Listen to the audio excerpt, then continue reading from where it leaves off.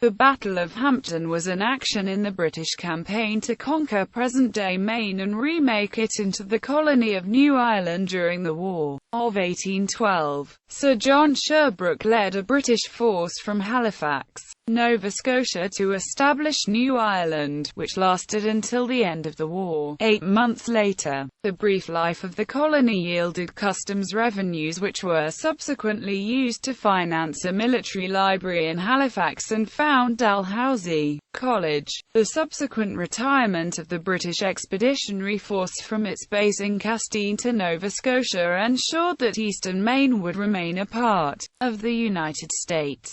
Lingering local feelings of vulnerability, however, would help fuel the post-war movement for statehood for Maine. The withdrawal of the British after the ratification of the Treaty of Ghent represented the end of 2 centuries of violent contest over Maine by rival nations. Prelude: capture of Castine. On August 26, 1814, a British squadron from the Royal Navy base at Halifax moved to capture the down-east coastal town of Machias. The force consisted of 5 warships: HMS Dragon, HMS Endymion, HMS Bacchante, HMS Sylph, a large tender, and 10 transports carrying some 3,000 British regulars. The expedition was under the overall command of Sir John Sherbrooke, who was then the Lieutenant Governor of Nova Scotia. Major General Gerard Gosselin commanded the army and Rear Admiral Edward Griffith Colpoys controlled the naval elements.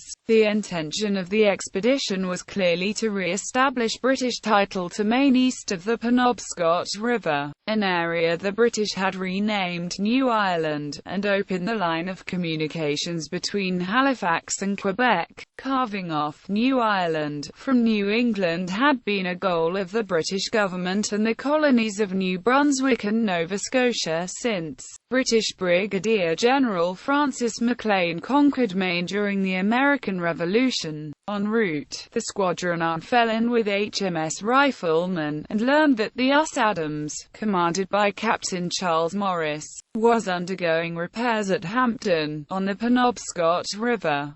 Sherbrooke changed his plan and headed for Castine at the mouth of the Penobscot. He rendezvoused off Matanucas Island and added HMS Bulwark, HMS Tenedos, HMS Peruvian, and the schooner and schooner HMS Pictou to his force. The complete force entered the cove at Castine on September 1. The local militia melted away at the site and a 28-man contingent from the U.S. Army under Lieutenant Andrew Lewis spiked their 4 24-pounders, blew up their magazine and withdrew to the north trailing a pair of field pieces. As the first order of business, Sherbrooke and Griffith issued a proclamation assuring the populace if they remained quiet, pursued their usual affairs and surrendered all weaponry, they would be protected as British subjects. Moreover, the British would pay fair prices for all goods and services provided. Next, Gosselin crossed the bay with most of the 29th to occupy Belfast and protect the left flank of the major operation to follow. Locals did not challenge the occupation, although some 1,200 militiamen gathered 3 miles outside Belfast to await developments. Expedition up the Penobscot River. Griffith assigned Baron Captain Robert Barry the task of going after the Adams. Barry proceeded up the Penobscot with the Dragon, Sylph, Peruvian, the transport Harmony and a prize tender. The ships carried an armed contingent of some 750 men drawn from the 4 participating regiments, the Artillery Company, and some Royal Marines. During the war, Barry was one of the few British officers in America to acquire a loathsome reputation, which he was about to reinforce. Battle of Hampden. When Morris entered the river late in August, he moved past Buckstown and anchored at the mouth of the Soadabscook Stream in Hampden on the west bank of the Penobscot, some 30 miles inland. Anticipating an attack, he placed 9 of the ship's guns in battery on a nearby hill and 14 on the wharf next to his crippled ship. Morris, commanding a crew of 150, called for help from Brigadier General John Blake, Blake, commander of the Eastern Militia at Brewer. Blake responded with some 550 militiamen and formed the center of a defensive line running along a ridge facing south, or towards Castine. Lieutenant Louis showed up with his 24 irregulars and 2 field pieces. Adding a carronade, he went in line to the right or west and commanded the north-south road, the expected route of British attackers. Late on September 2, Barry landed his force at Bald Head Cove 3 miles below Hampden and waited for morning. Early on September 3, in rain and fog, the British moved on Hampden, led by Lt. Colonel Henry John. Skirmishes met with resistance at Pitcher's Brook, primarily from the guns directed by Lewis, but John sent reinforcements and the British stormed across the bridge. In short order, the full force was in position to continue against the American defensive line on the hill. The sight of the oncoming disciplined redcoats, bayonets glistening, rattled the untrained militia. The center broke and fled to the woods toward Bangor. Morris on the left and Lewis on the right found themselves in untenable positions. About to be overrun, Morris spiked his guns and ignited a train leading to the Adams. With colors flying, the ship blew up before the British could intervene. Lewis likewise spiked his guns and withdrew to the north. Morris and his navy band made it to Bangor, crossed west through rugged country to the Kennebec River, and around September 9 arrived at their base in Portsmouth, New Hampshire. After 2 weeks, every sailor reported, not a man missing, a source of great satisfaction for Morris. At this point, Barry detailed 200 men to take control of Hampden while he and the balance of his force pursued the Americans in the direction of Bangor. 80 prominent men of the Hampden area spent a night as prisoners. Most were paroled the next day.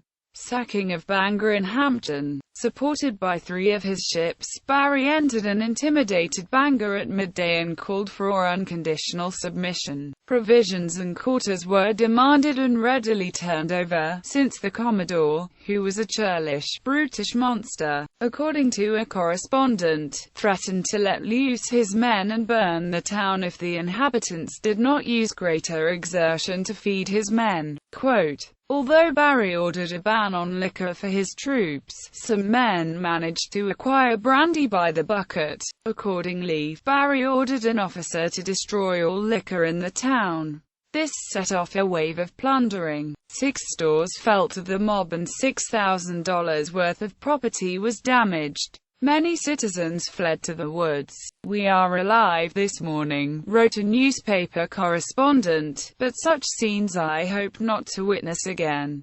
The enemy's soldiery have emptied all the stores and many dwelling houses. They break windows and crockery, and destroy everything they cannot move." During the night, the British burned 14 vessels across the river in Brewer. Before the raiders could ignite Bangor vessels, the town's selectmen made a deal. Fearful that the burning would lead to a conflagration, the selectmen offered Barry a $30,000 bond and agreed to complete 4 ships on the stocks and deliver them to him in Castine. Barry accepted the arrangement and carried away a packet, 4 schooners and a boat. Before moving back down the river on the 4th, Barry and John paroled 191 locals considered prisoners, including General Blake. Bangor selectmen estimated that the losses and damages totaled $45,000.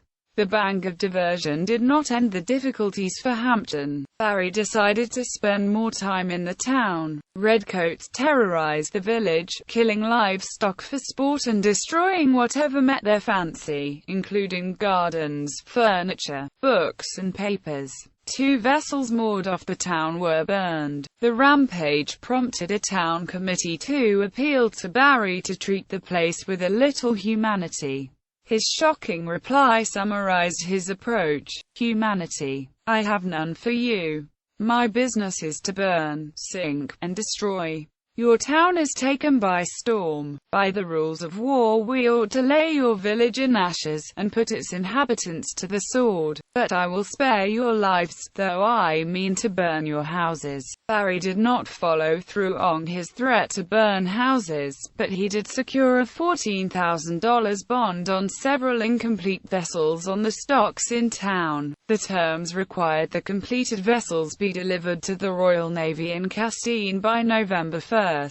In the end, the town estimated the value of its losses to total $44,000. The British then slipped down to Frankfurt and demanded considerable livestock and surrender of all arms and ammunition at that place. The locals were slow to comply, and before he moved along on the 7th, Barry promised to return and make the town pay for its delays. The captain did not make good on this threat, and except for some nuisance sniping at the British as they passed Prospect, the Battle of Hampden was at an end. Casualties.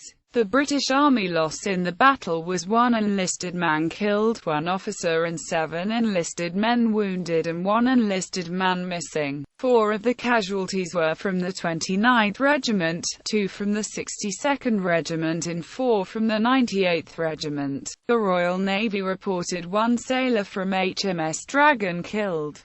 2 British graves in Hampden remain today, but no details are carved on the stones. These could be the soldier and sailor killed that day. American casualties were low, but sources are conflicting. Williamson gives 1 militiaman killed and 11 wounded, with at least 2 civilians killed by accident, including the wounded. 84 Americans were taken prisoner. Williamson's data may reflect only the losses to the Hampden militia companies. Captain Barry could form no estimate, but noted upwards of 30 laying wounded in the woods. Lt. Colonel John states he had no correct number, but reported 30 to 40 killed, wounded and missing. Militia leaders could not confirm how many men actually reported for duty. A list for pay purposes was finally produced but is missing entire companies and states no casualties except for 1, Tobias Oakman, killed. Claims by citizens for various compensations were filed for numerous years after the battle without a final tally or surviving documentation. British evacuation of Castine. Sherbrooke declared New Ireland a province of British North America and left General Gosselin in Castine to govern it. For the next 8 months, the Penobscot River was essentially an international boundary. That Hampden and Bangor were on the wrong side might have contributed to their rough treatment. With the signing of the Treaty of Ghent in December 1814, however, the British claim to Maine was effectively surrendered. The British evacuated Castine on April 25, 1815, and the pre-war boundary was restored. The final boundary between the inland, wooded portion of Maine and Canada would remain open to dispute until the Webster-Ashburton Treaty of 1842. Aftermath and consequences. Local memory of this humiliation contributed to subsequent anti-British feeling in eastern Maine, which would find outlet again in the Aroostook War of 1838 to 1839. It would also contribute to the post-war movement for Maine's statehood and to the building of a large, expensive granite fort at the mouth of the Penobscot River starting in the 1840s. General Blake and 2 other officers were court-martialed in Bangor in 1816 for their part in the defeat. Blake and Chamberlain were both exonerated, but Grant was cashiered.